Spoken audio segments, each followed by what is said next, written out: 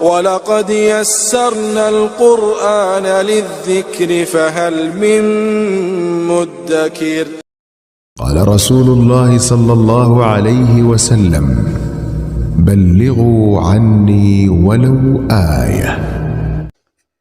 آج کی اس حدیث میں نبی کریم صلی اللہ علیہ وسلم نے فرمایا کہ جو لوگ تمہارے پاس علم دین سیکھنے اور سمجھنے کے لیے آئیں تو ان کے ساتھ بھلائی اور خیر خواہی کا معاملہ کرنا۔ اللہ سبحانہ و تعالی ہمیں علماء دین اور طلباء دین کے ساتھ خیر خواہی اور بھلائی اور ہم سب کو علماء کرام کی تکریم و تعظیم اور ان سے بھرپور استفادے کی توفیق عطا فرمائے۔ نحمده ونصلي على رسوله الكريم۔ اعوذ باللہ من الشیطان الرجیم، بسم اللہ الرحمن الرحیم۔ ان رسول اللہ صلی اللہ علیہ وسلم قال ان الناس لکم تبع وان رجالا یأتونکم من اقطار الارضین یتفقہون فی الدین فاذا اتوکم فاستوصوا بہم خیرا۔ رسول اللہ صلی اللہ علیہ وسلم نے فرمایا لوگ تمہارے پیچھے ہیں، کچھ لوگ تمہارے پاس زمین کے گوشہ گوشہ سے علم دین حاصل کرنے کے لیے آئیں گے، تو جب وہ تمہارے پاس آئیں تو تم ان کے ساتھ بھلائی کرنا۔ آج کل ہر جگہ نفسا نفسی اور کشا کشی ہے، کسی کو کسی سے کوئی سروکار نہیں، ہر ایک اپنے مفادات اور مقاصد کے پیچھے دوڑ رہا ہے۔ دین و مذہب اور اسلامی اخوت کو پس پشت ڈال دیا گیا ہے، مسلمان کے دل سے مسلمان کی خیر خواہی کا تصور مٹ گیا ہے، حالانکہ حضرت صلی اللہ علیہ وسلم نے 3 بار دہرا کر فرمایا دین اخلاص اور خیر خواہی کا نام ہے۔ چنانچہ ترمذی شریف میں سیدنا ابو ہریرہ رضی اللہ تعالی عنہ سے روایت ہے کہ رسول اللہ صلی اللہ علیہ وسلم نے 3 بار دہرا کر فرمایا دین اخلاص و خیر خواہی کا نام ہے۔ اس حدیث مبارکہ سے معلوم ہوا کہ دین اسلام فقط عبادات یا ذکر و اذکار یا وظائف کا نام نہیں، بلکہ بندوں کے حقوق، ان کے ساتھ خیر خواہی، ان کے لیے خیر اور بھلائی کا چاہنا، یہ بھی دین اسلام میں شامل اور اس کا حصہ ہے۔ لوگوں کی تذلیل کرنا یا ان کے نقصان کے درپے ہونا یا ان کے ساتھ بدخواہی کا معاملہ رکھنا یہ ایمان کی شان کے خلاف ہے۔ صحابہ کرام رضوان اللہ علیہم اجمعین جب اپنے پیغمبر صلی اللہ علیہ وسلم سے کسی نصیحت، کسی حکم کو سنتے تو ساری عمر اس حکم کو مد نظر رکھتے اور ہر موڑ پر اس کا لحاظ کرتے ہوئے زندگی گزارتے تھے، ساری عمر اپنے دامن سے اس نصیحت کو چمٹائے رکھتے اور ذرا برابر اس سے اعراض نہ فرماتے۔ یہ وہ شمائل و خصائل ہیں جن کو اپنانے سے معاشرہ رشک ملائکہ بن سکتا ہے، اور ہماری اس طرف توجہ نہیں ہے۔ علم اللہ سبحانہ و تعالیٰ کی وہ عظیم نعمت ہے جس کی فضیلت اور اہمیت ہر دور میں تسلیم کی گئی ہے۔ یہ انعامات الہیہ میں سے ہے جن کی بنا پر انسان دیگر مخلوقات سے افضل ہے۔ علم ہی ہے جو اللہ سبحانہ و تعالیٰ نے حضرت آدم علیہ السلام کو عطا فرما کر اس کے ذریعے فرشتوں پر ان کی برتری ثابت فرمائی۔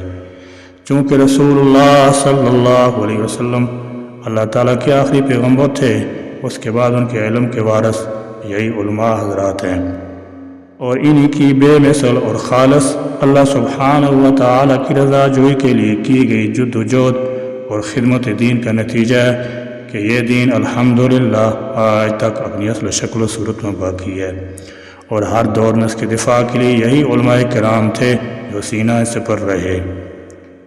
دینی تعلیمات کے تحفظ اور فروغ کے لیے ہمارے معاشرے میں 150 برس سے محنت ہو رہی ہے اور انشاءاللہ تعالی ہمیشہ ہوتی رہے گی۔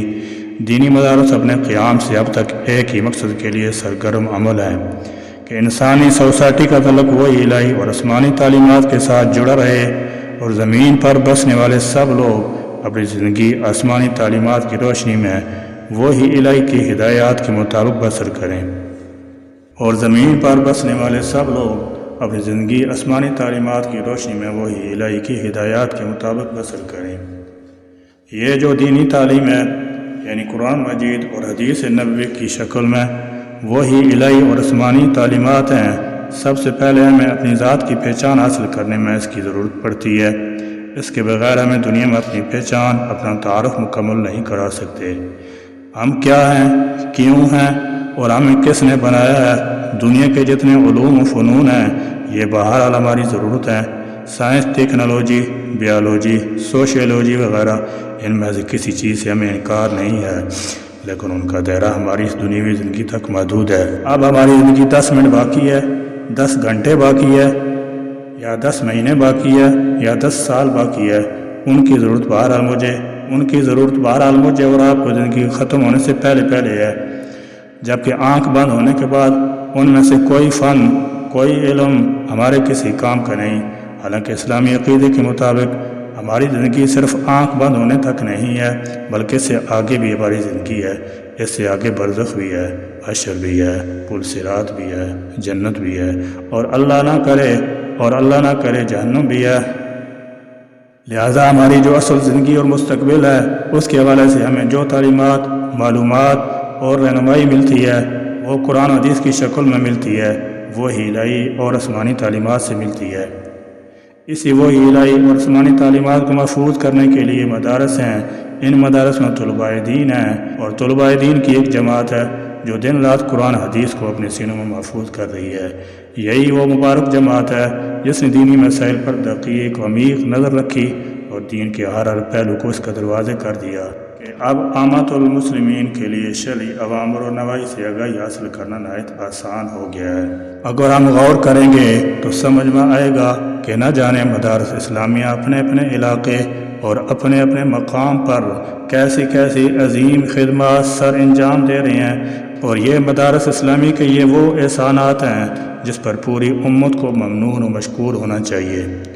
غور کرنے کی ضرورت ہے کہ یہی مدارس اور ان کے فیض یافتہ خدام دین معاشرے کی اصلاح اور امت مسلمہ کی زبوں حالی کے خاتمے کے لیے کمر بستہ ہو کر قلیل تنخواہوں پر گزارا کر لیتی ہیں، دنیاوی لذتوں کو خیر آباد کہہ کر دین اسلام کی سربلندی اور رضائے الہی کے اصول کے لیے کوشاں رہتے ہیں۔ لہذا ان نازک ترین حالات میں ہمارا دینی اخلاقی فریضہ ہے کہ ہم مدارس و مساجد اور ان سے منسلک رجال کار، طلباء دین، ائمہ دین، مؤذنین، حفاظ اور علماء، معلمین، معلومات کے حت الوسع اعانت کریں۔ یاد رکھیے یہ حضرات وراثت نبوی کے علم بردار ہیں، ان کی عزت نفس کی تذلیل ہماری خسارے کا باعث ہو سکتی ہے۔ مدارس کے طلباء کی امداد و اعانت کریں اور مختلف طریقوں سے ان کی ضروریات کا خیال کریں، کیونکہ مدارس کی اعانت دراصل دین اسلام کی اعانت ہے کہ ان مدارس اسلام کی آبیاری ہوتی ہے۔ یہ دیکھیں کہیں ایسا تو نہیں ہے کہ ہم تو مکمل نعمتوں سے لطف اندوز ہو رہے ہیں، جبکہ خدام دین اور محافظین شریعت کے گھروں کے چولہے بجھے ہوئے ہیں اور فاقہ کشی سے گزر رہے ہیں۔ کہیں یہ حال تو نہیں کہ ان میں معماران قوم کے معصوم بچے بھوک سے بلبلا رہے ہوں۔ خدا را ایسی نازک صورتحال میں اپنے مخلص مدارس اور خدام دین کو فراموش نہ کریں۔ عام حالات میں مدارس دینی کا تعاون کرنا زیادہ بہتر ہے، اس لیے کہ دینی مدارس اسلام کے قلعے ہیں، ان کو مالی امداد کے ذریعے مضبوط کر کے باقی رکھنا دین کی بقا ہے۔ مدارس کے غریب طلباء کو صدقہ خیرات زکوٰۃ دینے میں شریعت مطالعہ کی ترویج و اشاعت میں تعاون ہے۔